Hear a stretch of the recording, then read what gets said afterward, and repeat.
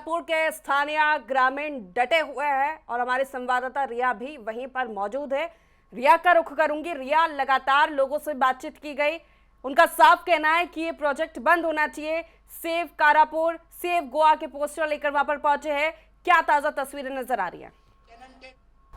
जी press देख सकते हैं कि धीरे धीरे जैसे जैसे समय बढ़ता जा रहा है। देखिए सुबह 10 बजे से प्रोटेस्ट शुरू है और हम आपको लाइव ग्राउंड जीरो से राष्ट्रीय टीवी आपको दिखा रहे हैं कि किस तरीके से प्रोटेस्टर्स जो है वो बैठे हुए हैं। देख सकते हैं कि पीछे पूरा पोस्टर्स लगाया गया है। ये तमाम गोवा से लोग हैं जो आकर यहाँ पे प्रदर्शन कर रहे हैं। आज 100 दिन पूरा हो चुका है और अब सुरक्षा बल भी देख सकते हैं। मैं पीछे बोलूंगी तस्वीरें दिखाने के लिए कि पूरा सुरक्षा बल तैनात किया गया है। देखिए जंतर मंतर में पहले से ही एक और प्रोटेस्ट चल रहा है कांग्रेस जनता पार्टी का, और उसी में आज इनको भी गोवा वासियों को यहाँ पे प्रोटेस्ट करने के लिए जगह अलॉट किया गया है, जिसकी वजह से बता दें कि पूरा सुरक्षा बल तैनात किया गया है। गोवा के लोग मौजूद हैं। धीरे धीरे दिल्ली वासी भी लोग मैं बात करूं तो यहाँ पे पहुंच रहे हैं प्रोटेस्टर्स को अपना पूरा सहयोग देने के लिए, क्योंकि देखिए इनका बार बार एक ही नारा है कि go back the Lodha project है, उसको वापस किया जाए। क्योंकि जिस तरीके से जो गोवा में इन दिनों जो बात करें कि क्राइम बढ़ता जा रहा है, कसीनो हो गया, ड्रग्स हो गया, तमाम वहाँ के पर्यावरण के साथ खिलवाड़ करना, तमाम कई चीजें। देखिए धीरे धीरे लोग आने शुरू हो गए। मैं आपको पीछे दिखाना चाहूंगी तस्वीरों के जरिए कि किस तरीके से और भी लोग जुड़ रहे हैं गोवा प्रोटेस्ट को लेकर। तो चलिए हम उनसे बात करते हैं, उनसे बात करने की कोशिश करते हैं और जानते हैं। सर, क्या नाम है आपका? मैं गोवा से आया हूँ। See Goa is a very beautiful place, और जो हमारा गोवा जो जाना जाता है बीचेस और हमारे जो ट्रेडिशंस जो है उसके लिए जाना जाता है। लेकिन ये जो बिल्डर लॉबीज है और जो प्रेजेंट सरकार है वो गोवा पे ये जो बड़े बड़े प्रोजेक्ट्स है वो पूरा डाल देता है। उसके कारण क्या होता है, देखो सी एक गाँव में हमारे 5,000, 1,000, 2,000 लोग रहते हैं। आप सोचो मेगा प्रोजेक्ट 1,000, 2,000 बिल्डिंग्स आते हैं, एक रूम्स आते हैं, तो उसमें डबल दी लोग आ जाते हैं। ये हमारे ट्रेडिशन और हमारा जो कल्चर है उसके ऊपर बहुत ही उसका बुरा प्रभाव पड़ेगा। और हमारे जो लिमिटेड रिसोर्सेज है जैसे पानी, लाइट और जो भी है, और हमारा जो लोकल लोगों का जो इनकम है वो बहुत कम है। तो उसके कारण ये जो प्रोजेक्ट्स है ये गोवा के लिए नहीं बने हुए। आपने कहा लोकल लोगों के लिए इनकम कम है, सरकार दावा कर रही है कि प्रोजेक्ट आता लोगों को रोजगार मिलेगा, तमाम कई चीजें गोवा के डेवलपमेंट के लिए। तो आखिर क्यों आप लोगों को मजबूरन प्रदर्शन करने के लिए वो भी राजधानी दिल्ली आना पड़ा गोवा से? 100 दिन पूरा होने को आ रहा है। नहीं, ये बेसिक प्रॉब्लम पूरे गोवा में है। एक जगह पे होता है तो आप सोच सकते हो कि कुछ इनकम आएगा। ये पूरे गोवा के छोटे छोटे गांव हैं जहाँ लोगों का इनकम जो है वो कम से कम 1,000, 2,000 ऐसे 3-4 दिन का इनकम है। आप जो बोलोगे अगर मेगा प्रोजेक्ट है। रिया बने रही हमारे साथ एडिटर राजकीय वर्मा जी भी जुड़ गए हैं, उनका रुख करूंगी। सर, आपने लगातार इस प्रोजेक्ट की नब्ज टटोलने की कोशिश की है, ग्राउंड जीरो पर पहुंचकर प्रोटेस्ट करे उन लोगों से भी बात की है, इस प्रोजेक्ट को लेकर भी जानकारी इकट्ठा की है। जिस तरह से ये जो प्रोटेस्ट है वो दिल्ली तक पहुंच चुका है और इन लोगों का साफ कहना है कि ये तुरंत बंद होना चाहिए। अब ये लड़ाई विकास बनाम विनाश की बन चुकी है। बिल्कुल प्रेषिता, देखिए लोग लगातार ये प्रोटेस्ट कर रहे हैं। हाउस ऑफ अभिनंदन लोधा का ये प्रोजेक्ट है जो कि कारापुर शरवण में ऑलरेडी एक चल रहा है, और बाकायदा यहाँ पर जो प्लॉट्स हैं या बाकी जो चीजें वो सेल भी हो रही है। इन लोगों का कहना है कि ये जो प्रोजेक्ट आ रहा है इसके साथ साथ बहुत सारी दिक्कतें आसपास के इलाके में शुरू होंगी, क्योंकि ये छोटा मोटा कोई प्रोजेक्ट नहीं है। हजारों की संख्या में लोग यहाँ पर आकर रहेंगे। तो सबसे पहले लोगों का जो कहना है, यहाँ पर जो डिमांड उनकी है कि ये इस प्रोजेक्ट आ रहा है, इसको लेकर जो तमाम तरह की जो परमिशंस होनी चाहिए वो पूरी नहीं है। यहाँ पर टेनेंट्स का एक इशू यहाँ पर है। इसके अलावा हिल कटिंग और फॉरेस्ट कटिंग की बात यहाँ पर की जा रही है। और सबसे बड़ी बात यह है कि पानी और बिजली वो कैसे दी जाएगी, क्योंकि प्रोजेक्ट जो कंपनी बना रही है हाउस ऑफ अभिनंदन लोधा, उनकी तरफ से कहना है कि जो बिजली और पानी की व्यवस्था वो खुद से अलग से करेंगे, उसका असर गांव पर नहीं पड़ेगा। लेकिन एक बड़ा सवाल यहाँ पर यह है कि पानी कहां से आएगा, यानी जो गोवा के रिसोर्सेज है उसी का इस्तेमाल होगा। और इन्हीं तमाम डिमांड्स को लेकर ये लोग 100 दिन से प्रोटेस्ट कर रहे हैं। लेकिन अब सबसे बड़ा सवाल यह है कि गोवा छोड़कर दिल्ली क्यों आना पड़ा? क्या सरकार बिल्कुल भी इनकी मांगों को लेकर सुन नहीं रही है?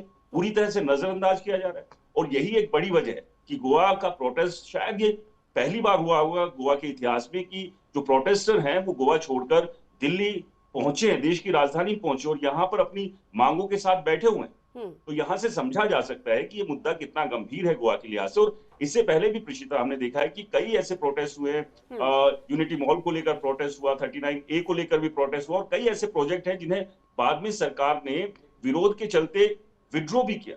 लेकिन आखिरकार यहाँ पर सरकार क्यों नहीं इन लोगों की सुन रही है, ये अपने आप में बड़ा सवाल है कि एक बड़ा नामी ग्रामी बिल्डर है इस प्रोजेक्ट के पीछे, इसलिए सरकार अनदेखी कर रही है। प्रोटेस्टर्स का आरोप है और तमाम दूसरे लोगों का भी आरोप है जो टीसीपी मिनिस्टर हैं, क्योंकि ये लैंड उनकी है, विश्वविद्यालय रानी की, उन्होंने ये जमीन बेची है। उन्हीं के परिवार के लोगों का जो का भी आरोप है कि जो ये जमीन है ये पुश्तैनी जमीन है और अभी तक इसका बंटवारा नहीं हुआ। करीब 11 लाख स्क्वायर मीटर की ये जमीन है, जिसमें से 5.5 lakh square metre the house of Abhinandan Lodha को दी गई। तो इसमें अभी बहुत सारे ऐसे सवाल है जो जांच का एक बड़ा विषय है। एजेंसीज की तरफ से या बिल्डर की तरफ से कहा जा रहा है कि तमाम तरह की परमिशंस है, लेकिन परमिशंस के साथ साथ आपको देखना होगा जो इकोसिस्टम है आसपास के इलाके का। अगर यहाँ पर हाई राइज आते हैं या यहाँ पर विला बनते हैं या और भी कंस्ट्रक्शन अगर यहाँ पर होगा, तो आप समझिए कि पूरे इकोसिस्टम पर कितना दबाव यहाँ पर आएगा। निशिता, मैं चाहूंगा कि एक बार तस्वीरें दिल्ली वापस जाए रिया के पास, क्योंकि तमाम गोवा के लोग ये देखना चाह रहे हैं कि आज जो गोवा के लोग अपनी जमीन, अपनी संस्कृति, अपने पानी, अपने रिसोर्सेज को बचाने के लिए देश की राजधानी दिल्ली पहुंची है, आखिरकार वो प्रदर्शन किस तरह से आगे बढ़ रहा है। और अभी तक की जो तस्वीरें सामने आई उसमें ये भी जानना चाहेंगे कि पॉलिटिकल जो सपोर्ट है वो कौन कौन सी पार्टी का इन तमाम जो प्रदर्शनकारी है उनको मिल रहा है। बिल्कुल, रिया का रुख करूंगी मैं। रिया का रुख करेंगे, दिल्ली से तस्वीरें दिखाएंगे टीवी स्क्रीन पर किस तरह से प्रदर्शन चल रहा है। रिया, आतिशी वहां पर पहुंचने वाली थी, ये जानकारी मिल रही थी, क्या अपडेट है इसको लेकर? देखिए, मैं आपको दिखाना चाहूंगी किस तरीके से जो पोस्टर्स लगाकर आप देख रहे हैं कि 100 दिन पीसफुली जो प्रोटेस्ट चला है गोवा को लेकर, कारापुर और ये को लेकर। देखिए नीचे एक और लाइन है, मैं आपको पढ़ के सुनाना चाहूँ कि दिल्ली, इधर से आइएगा, कि दिल्ली रूलर्स ऑफ बात की जाए कि इंडिया नाउ कंसर्न गोवा, क्योंकि जिस तरीके से दिल्ली के जो रूलर है, अभी दिल्ली में जो पॉल्यूशन देखने को मिल रहा है, दिल्ली में तमाम ऐसे कई चीजें हैं जो गोवा हरी भरी के लिए जानी जाती है, जो सबसे ज्यादा सेफेसिटी, उसको तस्वीर और बचाने के लिए जो बात की जाए कि वहां के लोग, कारापुर के गांव के लोग प्रोटेस्ट कर रहे हैं। तो चलिए हम और भी लोगों से बात करते हैं। जैसे कि हमने उस समय भी सुनाया आपको कि जो लोग बार बार ये कह रहे हैं कि रोजगार को लेकर तमाम कई चीजें, तो ये प्रोजेक्ट आती है, सरकार तो यही दावा कर रही है कि आएंगी, तो तमाम लोगों का मानना कि आर्टिफिशियल बीचेस नहीं चाहिए उनको, कई ऐसी चीजें। बात करते हैं सर, अभी आपसे मेरी बात हुई कि रोजगार को लेकर तमाम ऐसी कई चीजें आप लोग प्रोटेस्ट करने के लिए, क्या लगता है कि एक दिन काफी जंतर मंतर पे प्रोटेस्ट करने से सरकार तक बात पहुंचेगी? नहीं, क्योंकि अभी हमको तो 100 दिन हमारा घर जहाँ पे है, गोवा में है, गोवा किसका है? हमारा है, तो हमने वहाँ पे तो पूरा कर दिया। आज पूरे देश भर के लोगों को जानना है कि गोवा जैसे छोटे गांव को, जिसको भगवान का एक रूप के जैसे देखते हैं, गोवा इतना छोटा है कि यहाँ से कि गाँव वाले अलग वाले गाँव वाले को इतना पहचानते हैं, तो उस गाँव, हर गाँव की कहानी है ये। आप उसको बिल्डिंग्स और बड़े बड़े प्रोजेक्ट्स में कन्वर्ट नहीं कर सकते हो। ये एक जो गांव बन रहे हैं वो एक तरह के रिसोर्ट टाइप के बन रहे हैं, जिसमें क्या होगा, कॉस्मेटिक होगा, कुछ भी नेचुरल नहीं रहेगा। आप पेड़ काट रहे हो और डुप्लीकेट खंभों पे पेड़ जमा रहे हो, क्या फायदा है उसकी? जो नेचुरल चीजें उसको हटाया जा रहा है। और भी लोग हैं, उनसे भी बात करते हैं। जिस तरीके से आप देख रहे हैं कि हाथ में पोस्टर्स लिए हुए लोग यहाँ पे प्रदर्शन करने के लिए गोवा से आए हैं, राजधानी दिल्ली में ये कर रहे हैं। तो आइए और भी लोग हैं, उनसे बात करते हैं। सर, क्या नाम है आपका? Can I speak in English, please? If my Hindi is all not that good. Okay. English. We are here to support villages of Karapur, Sarwan. This is one of the most beautiful areas, unspoiled, having about 7,500 odd residents. Now this major project is coming in this area, which is about 5.5 lakh square meters, and it will overwhelm the demographic, apart from the ecology, which is going to destroy. It will, overwhelm the ecology and also the demography, because about 25 to 30,000 residents are going to be accommodated in this huge mega project. Now, this mega project doesn't have, environment clearance. See, the issue is, it is not a small project. It's a cluster of so many villas. I think about 20,000 odd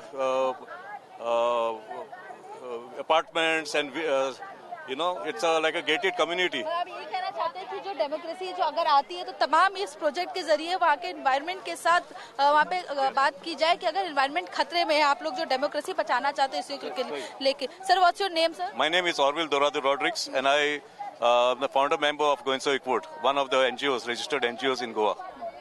तो बात की जाए कि sir अपना NGO चलाते हैं गोवा में और जिस बिल्कुल तरीके से लगातार स्वाधीनता समर्थन प्रोटेस्ट मिल करके रहा है माना रिया, कि चाहे सोशल वर्कर्स का हो, पॉलिटिकल पार्टीज का हो, पर्यावरणविद का हो, क्योंकि अब ये जो है सेव कारापोर्ट, सेव गोवा की बात यहाँ पर की जा रही है। लोगों का यही कहना है कि अगर ये प्रोजेक्ट यहाँ पर आ गया, ये कंस्ट्रक्शन हो गया तो रास्ते खुल जाएंगे, इस तरह से और प्रोजेक्ट आएंगे, यानी कि गोवा की जो नेचुरलिटी है वो खत्म हो जाएगी। मैं राज्य का रुख करूंगी, जिस तरह जो प्लान तैयार किया है सर, इसमें देखा जा रहा है कि मेन मेड सी बीच भी है, यहाँ पर प्राइवेट फॉरेस्ट की भी बात की जा रही है। आखिर क्यों?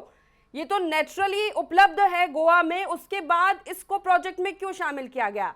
क्या ये माना जाए कि कुछ चंद लोगों को फायदा पहुंचाने की जिम्मेदारी इन मासूमों की हो चुकी है, इन लोगों की हो चुकी है? बिल्कुल प्रेषिता, देखिए सबसे बड़ा सवाल यही है कि आप वहां पर एक मैन मेड बीच लेकर आ रहे हैं, उसके लिए पानी कहां से लाएंगे, यानी कि रिसोर्सेज कहां पर डेवलप होगा। दूसरी सबसे बड़ी बात जो अभी जो एनजीओ से थे उन्होंने भी ये उठाया कि एनवायरमेंट क्लियरेंस की जो बात हो रही है वो नहीं है। जो बिल्डर से जुड़े हुए लोग हैं उनका कहना है कि उसकी परमिशन की जरूरत नहीं है, क्योंकि वो प्लॉटिंग करके प्लॉट्स यहाँ पर बेच रहे हैं, कंस्ट्रक्शन नहीं लेकर आ रहे। लेकिन अगर ग्राउंड पर आप जाकर देखेंगे, हम लोग गए हैं वहां पर, लगातार वहां पर बकायदा होटल वहां पर लेकर आया जा रहा है, अलग अलग टावर्स बनाने की भी वहां पर बातचीत हो रही है, क्लब हाउस यहाँ पर बनेगा। और जब ये तमाम प्लॉट्स बिक जाएंगे तो क्या वहां पर कंस्ट्रक्शन नहीं होगा? कंस्ट्रक्शन होगा, और उसका जो असर पड़ना है आसपास के पूरे इलाके पर पड़ेगा। और जिस बात को लगातार आप भी जिक्र कर रहे हैं, ये जो प्रदर्शनकारी है वो भी जिक्र कर रहे हैं, और हम भी लगातार उठाते रहे कि विकास और विनाश, यानी कि जो हरियाली है, जो गोवा की असल खूबसूरती है, उसको क्यों खत्म करने की कोशिश की जा रही है। और जहां ये लोग प्रदर्शन कर रहे हैं प्रशिता, दिल्ली एनसीआर का इलाका है, और दिल्ली एनसीआर का इलाका एक बड़ा एग्जाम्पल है। हर साल सर्दियों में पॉल्यूशन किस कदर बढ़ता है ये तमाम लोगों ने देखा, और उसके पीछे की वजह क्या है? अंधाधुंध कंस्ट्रक्शन जो हुए, एक के बाद एक जो हाई राइज खड़े कर दिए गए, एनवायरनमेंट को नुकसान पहुंचाया गया, पेड़ काट दिए गए, उसके बाद अलग से कैंपेन चलाया जाता है कि पेड़ लगाइए। अरे भाई, आप ऐसी स्थिति क्यों पैदा कर रहे हैं कि जो ऑलरेडी पेड़ है उन्हें आप खत्म कर रहे हैं, आप कंक्रीट के जंगल यहाँ पर खड़े कर रहे हैं। और फिर जब बहुत सारे लोग यहाँ पर आकर रहने लगेंगे कहीं पर भी, तो तमाम तरह के रिसोर्सेज पर उसका दबाव होगा। क्या उतना इंफ्रास्ट्रक्चर वहां पर है? सीवरेज की बात कर लीजिए, सड़कों की बात कर लीजिए, पानी की बात कर लीजिए, बिजली की बात कर लीजिए, तो तमाम तरह की जो चीजें हैं उसके ऊपर इसका असर पड़ना ही पड़ना है। और अब सबसे बड़ी बात यही है, और सबसे बड़ी बात तो ये भी सामने आ रही है कि उस इलाके में इतनी कैपेसिटी ही नहीं है जितने लोगों को वहां पर बसाने की बात की जा रही है। 20,000 से ज्यादा पॉपुलेशन हो जाएगी, और सीमित है 7 से 10,000 के बीच में वो इलाका। बिल्कुल, देखिए बात ये नहीं है कि ये सिर्फ कारापुर सरवन की बात है सीता, ये पूरे गोवा के लिहाज से आप इसको समझने की कोशिश कीजिए। आप हम भी अगर गोवा जाते हैं या कोई भी टूरिस्ट गोवा आता है तो वो इसलिए आता है कि वो जो कंक्रीट के जंगल है वहां से कुछ सुकून यहाँ पर, यहाँ की ग्रीनरी के साथ, यहाँ के नेचर के साथ वो बिताए, फैमिली के साथ एक अच्छा टाइम स्पेंड करे। और लेकिन अगर यहाँ पर भी एक के बाद एक बड़े बड़े हाई राइज खड़े हो जाएंगे तो कौन आएगा गोवा? जिस टूरिज्म की बात की जा रही है, जिस टूरिज्म के भरोसे गोवा चल रहा है, वो पूरी तरह से खत्म हो जाएगा। और धीरे धीरे अगर इसी तरह के फिर प्रोजेक्ट्स, और ऐसा नहीं है कि ये कोई पहला प्रोजेक्ट है, बहुत सारे ऑलरेडी प्रोजेक्ट्स आए हैं, और अब तो लगातार इन प्रोजेक्ट्स का विरोध भी अलग अलग इलाकों में गोवा के वो देखने को मिल रहा है। तो अब सबसे बड़ी बात यह कि 100 दिन इन लोगों को प्रदर्शन करते हुए हो गया है। आज दिल्ली जंतर मंतर पर प्रदर्शन ये कर रहे हैं। आगे की रणनीति क्या होगी? क्या सरकार की आंख खुलेगी? क्या केंद्र तक जो मैसेज देने के लिए यहाँ पहुंचे? और राष्ट्रीय भी लगातार ये कोशिश कर रहा है, पहले दिन से इनके साथ खड़ा हुआ है इस मुद्दे को लेकर। देखिए, हम विकास के खिलाफ नहीं, बिल्कुल, सिर्फ बात इतनी सी है कि आपका जो इकोसिस्टम है, आपका जो ग्रीनरी है, इन सभी चीजों के विनाश के साथ विकास अगर किया जाएगा तो वो सही नहीं है। यहाँ पर सरकार को गंभीरता से सोचना होगा, और इसी बात को लेकर लगातार ये लोग प्रदर्शन भी कर रहे हैं। बिल्कुल। राज्य, हमने विनायक से भी बात की थी, और जो लगातार ग्राउंड जीरो पर बने हुए, जहां पर ये प्रोजेक्ट बन रहा है, जो शुरुआत हुई है, वहां पर वो बता रहे कि कई सारी जो कानूनी रूप से कमियां भी वहां पर देखी गई है, सर्वेस को नजरअंदाज किया गया है, इलीगल चीजें वहां पर की जा रही है, और ये सब खुला है, मतलब ये सब सामने है, बावजूद इसके कोई कदम नहीं उठाया जा रहा। बिल्कुल, देखिए लगातार यही बात हो रही है, दोनों तरफ से आरोप लगाए जा रहे हैं। जहां जो प्रोजेक्ट है the house of Abhinandan Lodha, उन लोगों का जो उनसे जुड़े हुए लोग हैं, उनका कहना है कि तमाम तरह की क्लियरेंस उनके पास है, तमाम तरह की मंजूरी उन्हें मिल चुकी है। लेकिन एक सबसे बड़ा सवाल यह है जो कि हर किसी के जहन में खटकता है, जो बिल्डर की सेल्स टीम है, आप उनको फोन करके पूछिए, क्योंकि मैंने बकायदा उनसे बातचीत की कि मैं इस प्रोजेक्ट में एक प्लॉट लेना चाहता हूं और मुझे क्या प्रोजेक्ट पर विजिट कराया जाएगा। तो उनकी तरफ से सीधा सा जवाब था कि नहीं, आपको वर्चुअल हम विजिट कराएंगे। ऐसा क्यों? क्योंकि आमतौर पर कोई भी बिल्डर जब प्रोजेक्ट आता है तो बकायदा वहां पर सेल्स टीम बैठती है और पूरा विजिट कराते हैं प्रोजेक्ट में। एक भरोसा तो तभी आएगा ना। यानी कि इसका मतलब कहीं ना कहीं दाल में कुछ काला है कि आप अपनी उस कंस्ट्रक्शन साइट पर लोगों को आने नहीं देना चाहते। और ऐसा नहीं है कि हम लोग वहां तक नहीं गए थे, बकायदा मैं और राज टीवी की पूरी टीम हम वहां पर गए। हमने कहा कि सिर्फ हम देखना चाहते हैं अंदर क्या चल रहा है। बकायदा हमारे साथ कुछ लोगों को भेजा गया जो कि पूरा टाइम इस बात की निगरानी रख रहे थे कि कोई हम वीडियो या फोटो तो ही निहाज पर नहीं ले रहे, यानी कि कुछ तो छुपाया जा रहा है। बिल्कुल। और आप देखेंगे जो जिस तरह से वहां काम चल रहा है, जिस तेजी से वहां पर काम चल रहा है और लगातार वो कंस्ट्रक्शन वहां पर हो रही है, यानी कि बिल्डर की कोशिश ये है कि किसी भी तरह की कोई कानूनी पेच और भविष्य में फंसे उससे पहले ही यहाँ पर कंस्ट्रक्शन करके वो निकल जाए। तो ऐसे में अगर, क्योंकि बहुत सारी यहाँ पर कानूनी विवाद भी इस प्रोजेक्ट को लेकर हो गए, तो जो लोग इस पे पैसा लगा रहे हैं, जो इन्वेस्ट कर रहे हैं, जो इन्वेस्टर्स हैं, उनके लिए भी आने वाले समय में एक बड़ी मुश्किल खड़ी हो सकती है। तो ऐसे में यहाँ पर स्थिति को साफ करना बेहद जरूरी है। सरकार को भी इसमें दखल देने की जरूरत है। और एक जो संवाद की कमी अक्सर हमने देखी है, तमाम तरह के कोई भी जब प्रोजेक्ट आता है और उसका विरोध होता है तो लोगों का यही कहना है कि जो एक कम्युनिकेशन होना चाहिए वो प्रॉपर नहीं है। सरकार कॉन्फिडेंस में नहीं लेती है और इसी वजह से फिर वो विरोध शुरू होते हैं और सरकार को कहीं ना कहीं यू टर्न लेना पड़ता है। बिल्कुल, जंतर लेकिन ये मंतर मामला पर में तो अभी भी लंबा खिंच रहा है।